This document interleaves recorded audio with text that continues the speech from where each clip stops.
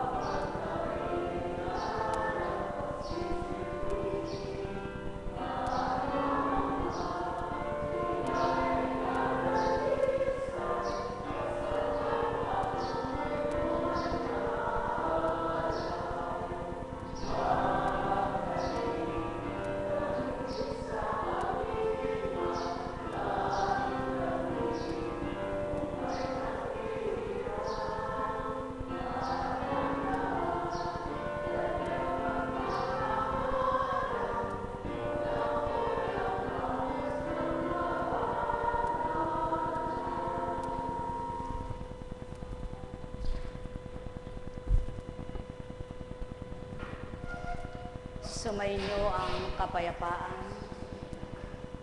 Anong kabutihan ng Ama na hindi kayang masunod at makita ng tao kung tuwirang siya'y kilala at hinahanap siya sa tuwina? Anong pagmamahal niyang nilagak sa bawat isa na hindi madarama kung totoo ngang sila'y anak niya? Samantalang nagmula siya sa amang tinatawagan niya. Anong nalan ang mahirap gawin kung ang tao'y magpapakatotoong kikilala sa kanya, samantalang banal na ang kanyang pinagmulan? Lahat ng katanungan kayang tupdin at gawin ng taong sundin kung totoo sa pag-ibig, sa puso nila'y Ama ang tinanggap.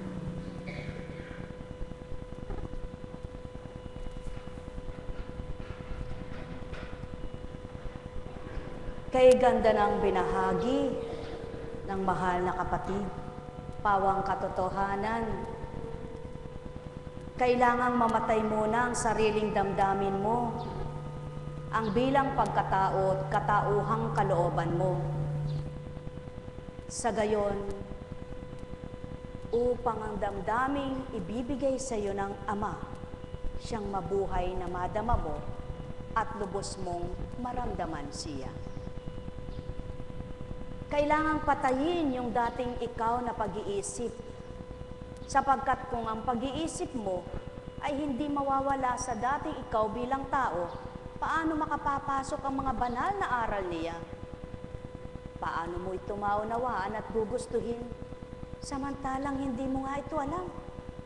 Kaya't nang ito ay gusto mo nang unawain at gusto mo nang tanggapin sa iyong buhay, minithi mo nang patayin ang sarili mong katauhan upang mangibabaw ang kanyang kalooban at mabuhay ang kanyang espiritong sa iyo'y alay.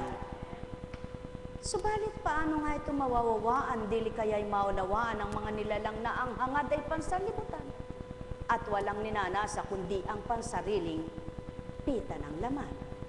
Ano nga ba ang mga pita ng laman?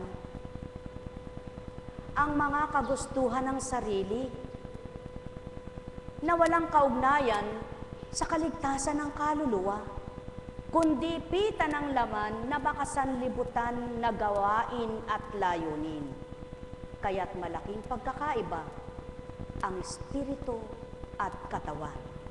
Sapagkat ang espiritu ay banal, kung ang banal na espiritu ang nag-ahari, at ang laman ay marupok, kaya pinatitibay ng banal na espiritu. Subalit kapag ang isang espiritu ang nanahan sa laman, yaon ay lalong dumudupok, lalong humihina, lalong nawawarak. Kaya't ang isang espiritong totoo at makabanal na layunin ang hinahangad, siyang gustong mabuhay ng Ama sa bawat isang anak niya, upang ang patay noon, nang di pa siya lubos na tanggap at kinikilala, mabuhay niya nang siya'y tanggapin at makilala na. Ang may pandinig ay nakarinig. Mamahal,